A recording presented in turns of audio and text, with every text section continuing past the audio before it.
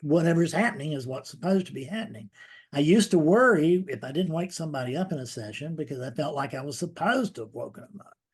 Now I just come in and I think, God, I didn't wake them up because I wasn't supposed to. I mean, not really. I'm still sorry they didn't wake up, but I don't, but I don't let it bother me, right? I mean, it's because it's not my call, and it's not even their call, but the willingness somehow is tied into this thing where there is no free will, but there's influence by way of willingness, because the awakeness is not really interested in overriding the character.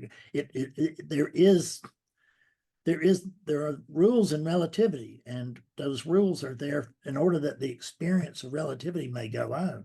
And because within the beauty of relativity, awakeness can experience itself objectively, right? And it loves itself. That's the vanity, all is vanity thing, is that it loves itself. There's nothing else for it to love, but it loves itself thoroughly.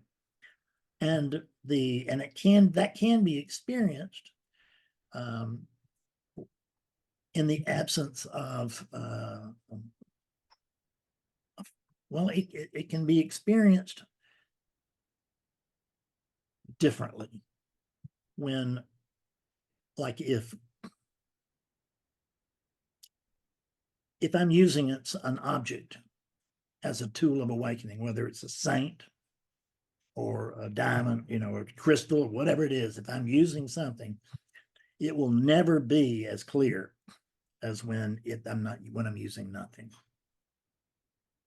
When it's just pure recognition. It's not recognition because of, it's just recognition. And one awakening session, what that is, it's encouragement. It's an easy place to come to tell yourself the truth. It's a very difficult place to come and lie to yourself, right? And get away with it. You can start out lying to yourself, but